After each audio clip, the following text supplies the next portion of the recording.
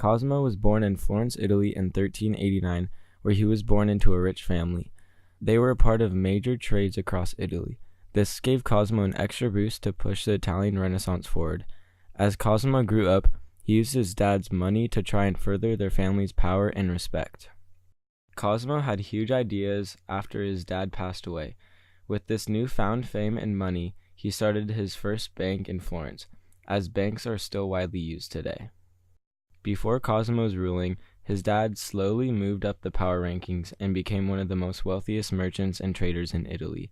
As his dad gave Cosimo the family business, he turned his priorities into a new idea of banking.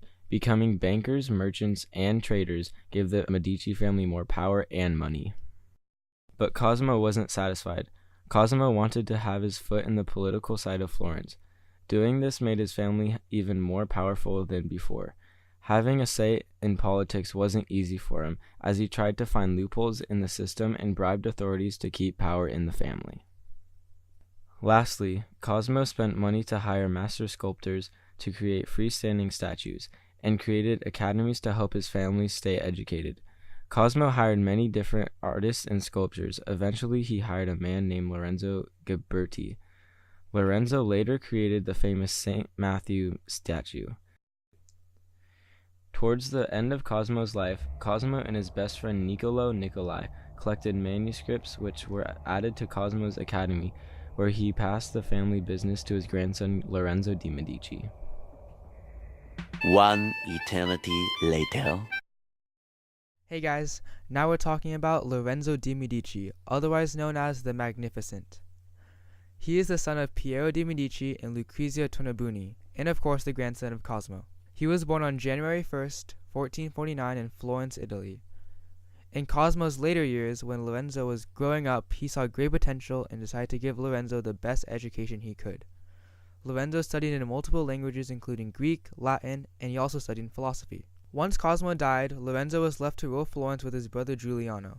After many years of the two of them ruling, Lorenzo angered the Pope, Sixtus IV, by refusing to pay for a small city called Imola. The Pope ended up getting the Pazzi family on board to buy the city, and he also convinced them to help rid Florence of the Medicis.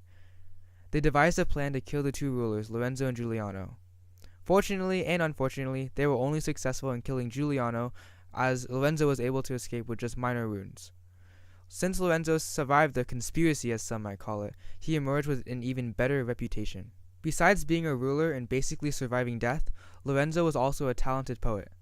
At the time, most poets would write in Latin, but Lorenzo chose to write in his native tongue, Tuscany. This was a big deal at the time because poetry was only meant for people of higher class, and Lorenzo worked hard to make it accessible to all by writing in a language that a lot of people spoke. Another cool thing about Lorenzo is the fact that he's basically just really rich. He owned multiple villas which were basically just really big houses, and in one of those houses, he opened a school where the painter Michelangelo was raised. The last cool thing about Lorenzo is how he didn't just use his money for himself, but he also used it to help others improve their crafts. He patroned painters like Sandro Botticelli, Domenico Ghirlandaio, and poets like Angelo Poliziano. Alrighty gamers, thank you for watching our Renaissance video. Make sure to vote Anthony and Devin for Renaissance Idol.